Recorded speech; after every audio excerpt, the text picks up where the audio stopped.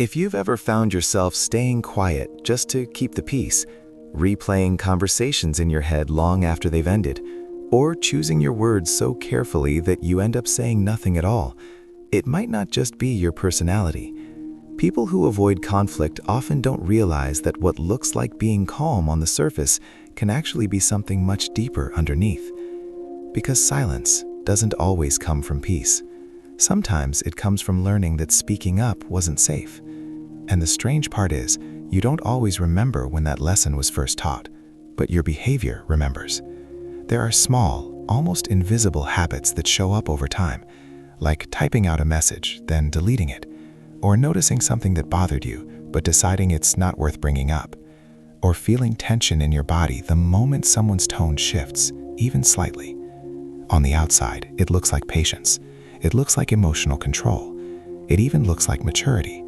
But internally, something else is happening. There's a constant scanning, a quiet calculation of what might go wrong if you say the wrong thing, a subtle urge to keep everything stable, even if it means ignoring what you feel. And that behavior doesn't come from nowhere. It usually starts in environments where emotions felt unpredictable, where reactions weren't consistent, where speaking up sometimes led to being misunderstood, dismissed, or even punished. So you learn something very early, without anyone needing to say it out loud. Silence is safer. Over time, that silence turns into a strategy. You start anticipating conflict before it even happens. You adjust your tone, your words, your reactions, not because you're in danger now, but because at some point you were, and your mind doesn't forget that. It adapts. It builds a version of you that knows how to avoid tension, how to de-escalate situations, how to read the room before anyone else even notices something is off. That's not weakness, that's protection. But the cost of that protection is subtle, because when you constantly prioritize keeping things calm, you slowly disconnect from what you actually want to say. You begin to second-guess your own reactions. You wonder if you're overreacting, even when something genuinely hurt you. And eventually, you don't just avoid conflict with others, you start avoiding conflict within yourself. And here's where it gets interesting. Most people assume conflict avoidance is about fear of confrontation, but the real reason isn't always fear, it's control. Not control over others, but control over emotional outcomes. If you stay quiet, nothing escalates. If you don't bring it up, nothing can go wrong. If you keep things smooth, you don't have to deal with unpredictability.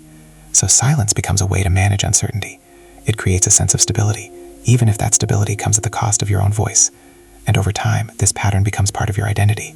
You become the easygoing one, the one who never causes problems, the one who understands everyone. And people start relying on that version of you. But what they don't see is how much you're holding back to maintain that image. Because avoiding conflict doesn't mean you don't feel things deeply. In fact, it's often the opposite. You feel everything, you notice everything, you just don't always express it. So instead of outward conflict, it turns inward. You replay conversations in your head, thinking of what you could have said differently. You carry unresolved emotions longer than you should have had to. You feel misunderstood, but stay silent about it. And that silence slowly builds weight. Another layer to this is how you interpret other people's reactions. When someone gets upset, it doesn't just feel like a normal disagreement. It feels like something you need to fix, like it's your responsibility to restore balance. So you soften your tone, you back down, you apologize even when you're not sure what you did wrong. Not because you lack confidence, but because somewhere along the way, you learned that harmony mattered more than honesty, that keeping things calm mattered more than being fully seen.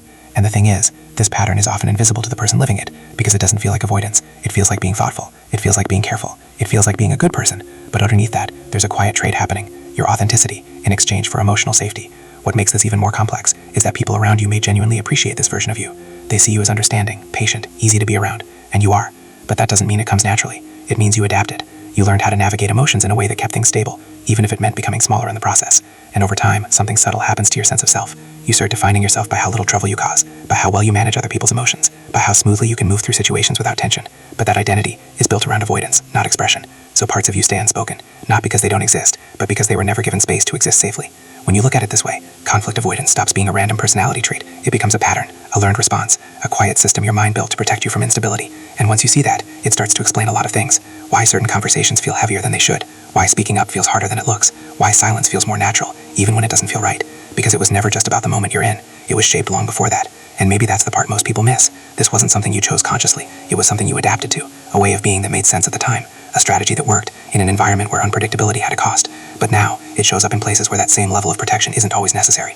And yet, the pattern stays. So when you notice yourself holding back or choosing silence again, it's not random. It's familiar. It's learned. And once you see it clearly, you start to recognize it everywhere. in your reactions, in your relationships, in the way you move through conversations. It was never just about avoiding conflict. It was about protecting yourself from what conflict once meant. And that awareness quietly changes how you understand yourself, because it shows you something important. You were never just quiet. You were responding to something real. And that pattern was never accidental.